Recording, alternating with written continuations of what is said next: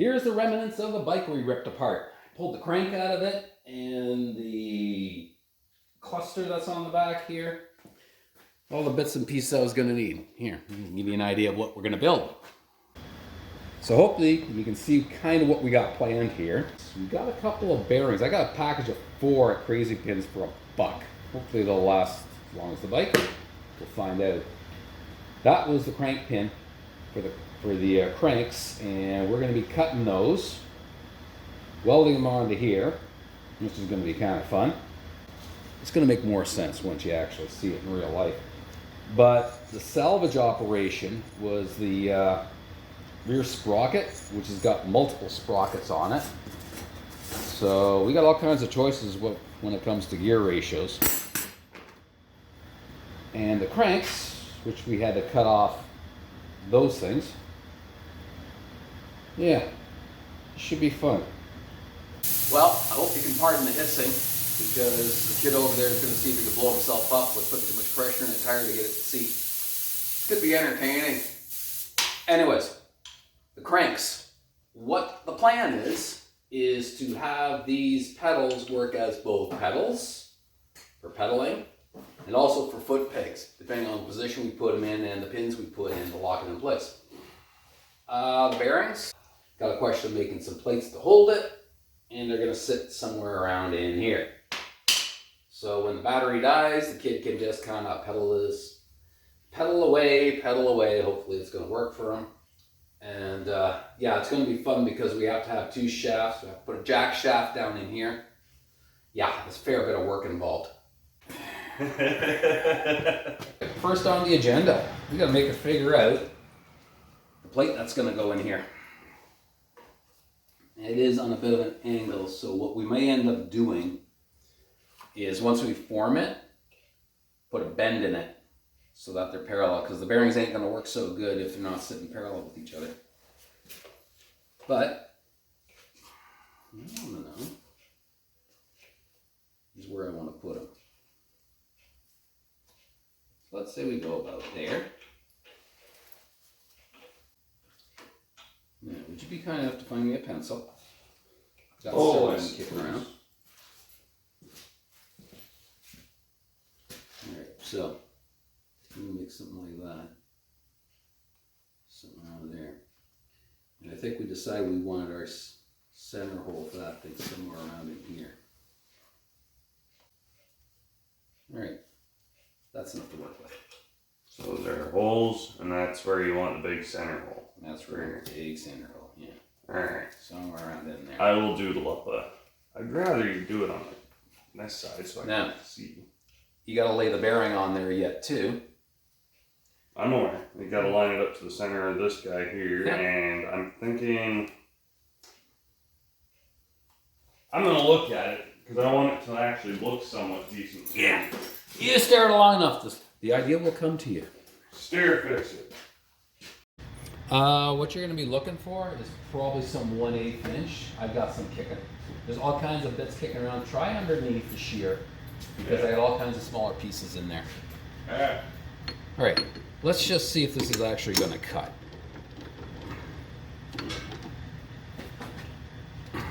Well, at least it spins true. Well, let's see what happens. What do I do? Break carbide? That wouldn't be the first time.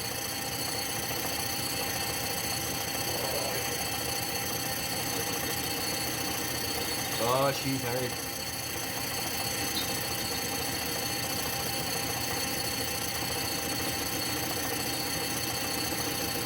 But it will cut.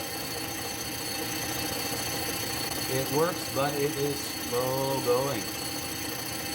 I wonder if this is just surface hardening because it's not so bad once you get into it. Yeah, this stuff is just carburized. It's just surface hardened. I'm not going to hurt it by welding as long as that would be a good thing.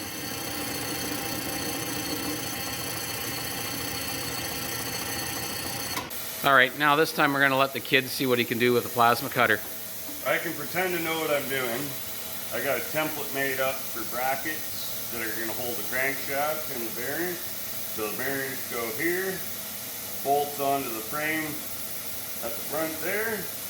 I got enough material here cut out so I can make 2 of them. And then we can stitch it together, grind them smooth, make them look identical, drill through both plates at the same time. Hopefully nothing goes wrong. So this is the part where I pretend to know what I'm doing and plasma cut brackets out.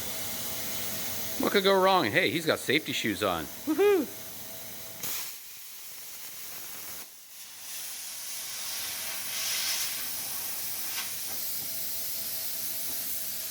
See, usually we use patterns and we kind of go around them, and there's a reason for that. Here. What? Like those. Yeah. Oh, you would like proper ones, wouldn't you? I have nicer ones. Yeah. They're shaded. That's so a good I can idea. actually see what I'm doing. Yeah. And they are actually 6 bucks. Yeah. So you can see, it's hard to tell if the heat zone, but you can see where along the edge here, I was just on the outside edge of my scribe mark. Mm-hmm. And then at here, where it ends, I'm just off the outside edge. So Okay, that's good. I should be roughly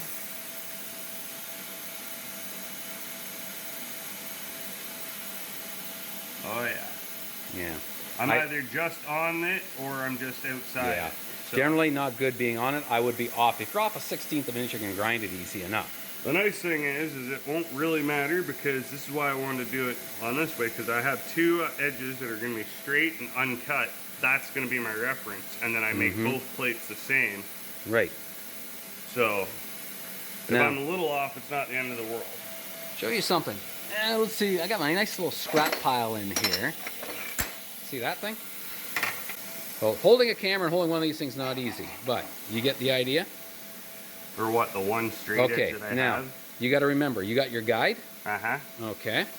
And what you want to do is you want to keep this little sucker about 7/16 away, 3/8 of, if you keep, let's say you go about 3/8 of an inch away, you'll leave about a 1/16 there.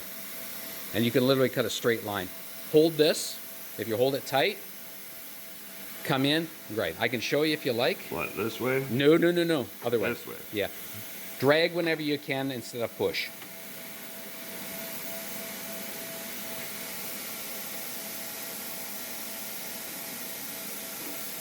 If it really bothers you, you stick a clamp on it. I just can't see exactly. Well, you got the dark glasses on. There's a disadvantage to that. Here, trust me on this one. No. Come on, trust the old. I don't no, trust the old man. You are going to be way off the line, but that's fine. Just more grinding. I'll just freehand it. I was good. Watch first time. the old man. All right, You'll here, learn. I'll Okay. Trade you. Trade you. Okay. You see I what will mean? video it. You do your thing. Okay. So simple, because we got about 3/8, 7/16 from the center to here to the outside edge. We use that. So yeah, watch me work without gloves. Don't do this at home. As long as I'm holding this tight, when I come in here,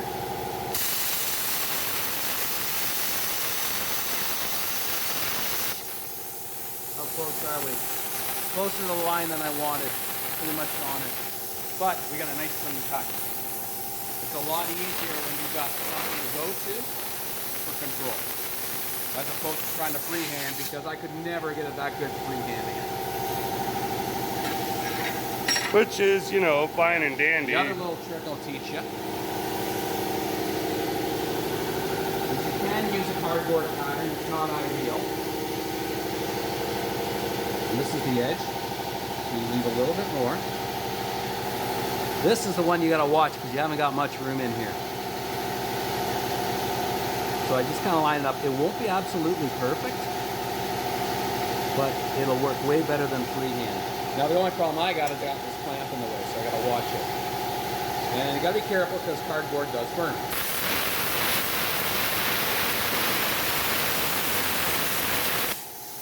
And the big advantage is it's way quicker. There you go. Next one's yours. I'm still freehanding it. Yeah, better off letting you just freehand the camera. So the fun part on this one is, let me show you, is trying to get something to run true, which is darn near impossible the way this thing's forged. what I did was I ground off some of the high lumps on here, but I have to chuck it in an area that is going to be somewhat true. And that's about the closest I got, is in that area right in here. Let's see. No, that's not it.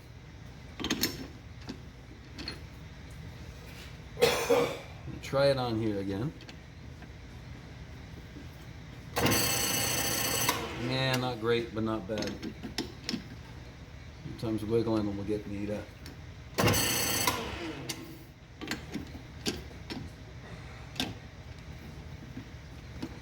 I'll have to live with that one.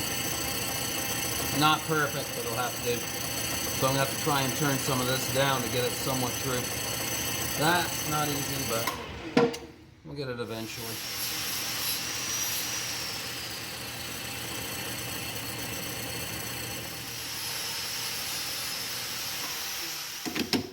Got like no in between over here, dude.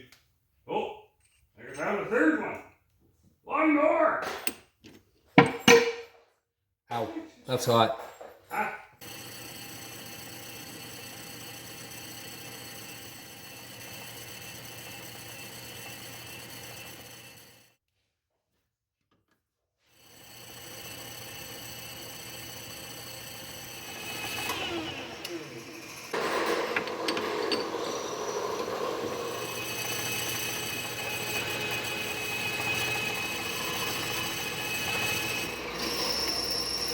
We got the bearings sitting on here.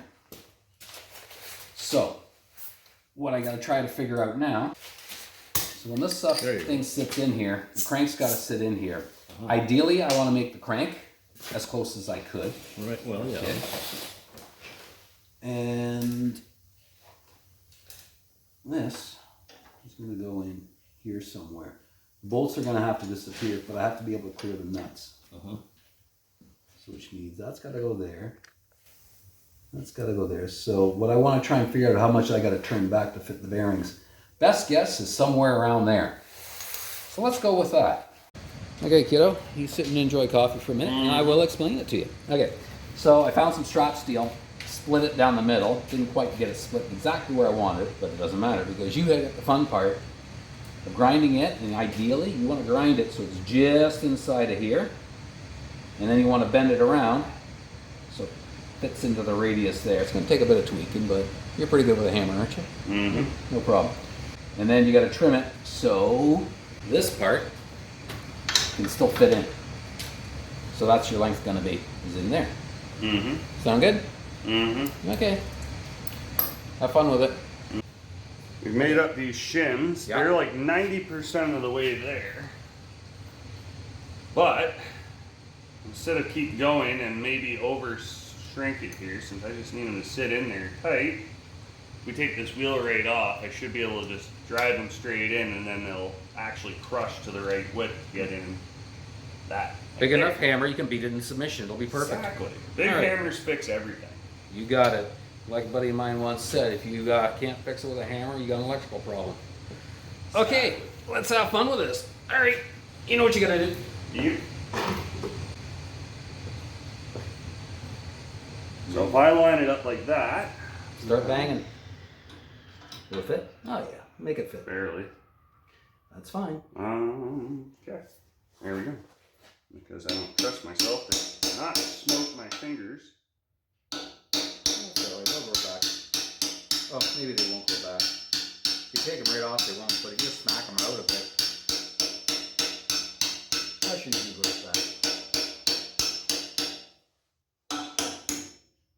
Now, let's do the test. See if it actually still fits. Should. Might be a little bit difficult getting in this at first. See, Nope, yeah, in an ideal world, we'd probably have these. We may have to take them out. and just Trim them. Hang on, tell you in a second. No, No. we got lots of room. Hey, you're the motorcycle guy. I'm just. You're the learning. kid. You're just the kid. Still learning. 30-year-old child. 30-year-old child. Get used to it. Well, you're the 60-year-old child. See, right now the axle itself isn't long enough. The swing arm should be brought in. But that won't fix the problem the way this thing is designed. Because the nut's just hanging on by a few threads here. By the time we put this in, this nut won't go in far enough. So we may have to rethink how we're actually going to do this. We'll get back to you in a bit. Okay, I think we figured this out. Here, let's even get a better angle. So what we've done is the issue is the swing arm is really a little too wide, but I don't want to heat and bend it just yet. I don't think we need to. So we got the thick nuts on the outside, and there's actually, it didn't take a whole lot of force to actually literally push the swing arm in a bit more. So right now we've got the nuts flush with the axle, but we can't put the lock nuts in. There's not enough thread inside for doing that. I think this thing was designed for a swing arm that was way narrower. And thinner. Yeah, so that, and they didn't have these things on here. So that does make things a bit of a challenge. But there's an easy fix. Most bikes have castle nuts. At least a lot of the old ones we used to play with. So we can make these into castle nuts. All we do is got to cut some notches in the nuts and drill a hole through the axle near the end, just so you can get a pin through it. And once you get a pin through it, okay, a cotter pin, that just prevents it from backing off. Once you get your proper amount of spacers in here, we'll be locking this thing up and it won't be a problem. So yeah, it's going to be fine. No, it won't. Oh, perfect fit. So back to some more engineering fun. The issue I got is this is the sprocket I want to use, and this is part of the hub. This came from that cluster that was in the back of the wheel.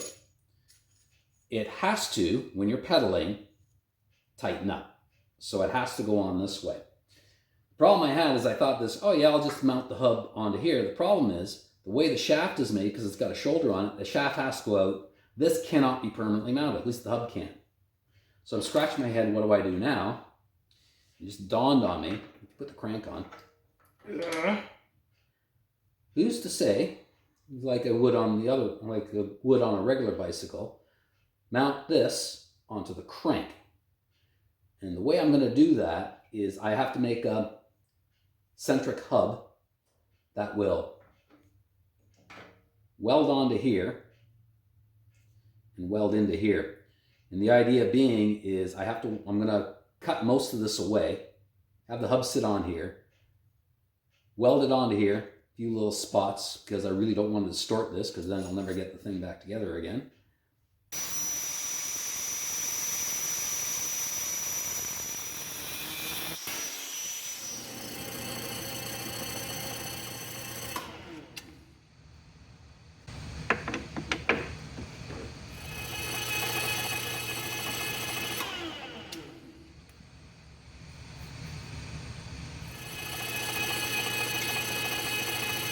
I think here I should interject a little bit of information.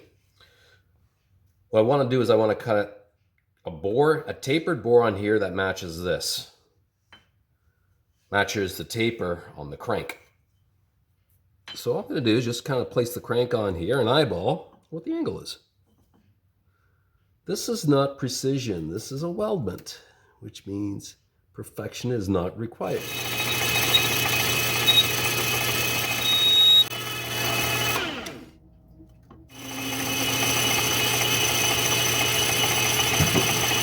Let's see if we can get you guys up to speed on what is actually going on. So, saw me make the spacer, which fits in here. It is it's a close fit, which is what I wanted. That is going to get a few tack welds in here. This is going to pull in another 1/8 of an inch, and that's kind of important to figure this out. This is also going to pull in another 1/8. So this thing is going to pull over about 1/4 of an inch, my guesstimate. I got to shorten this up to about there, which means I got to remachine this. More pieces made, more still to be made. But you're going to have to wait until the next installment to find out how this thing is actually going to go together. Now, as of this editing, the kid did manage to cycle it up and down the street a little bit, just to prove the concept does work Thank you for watching and subscribing, and we will see you on the next one. Bye for now.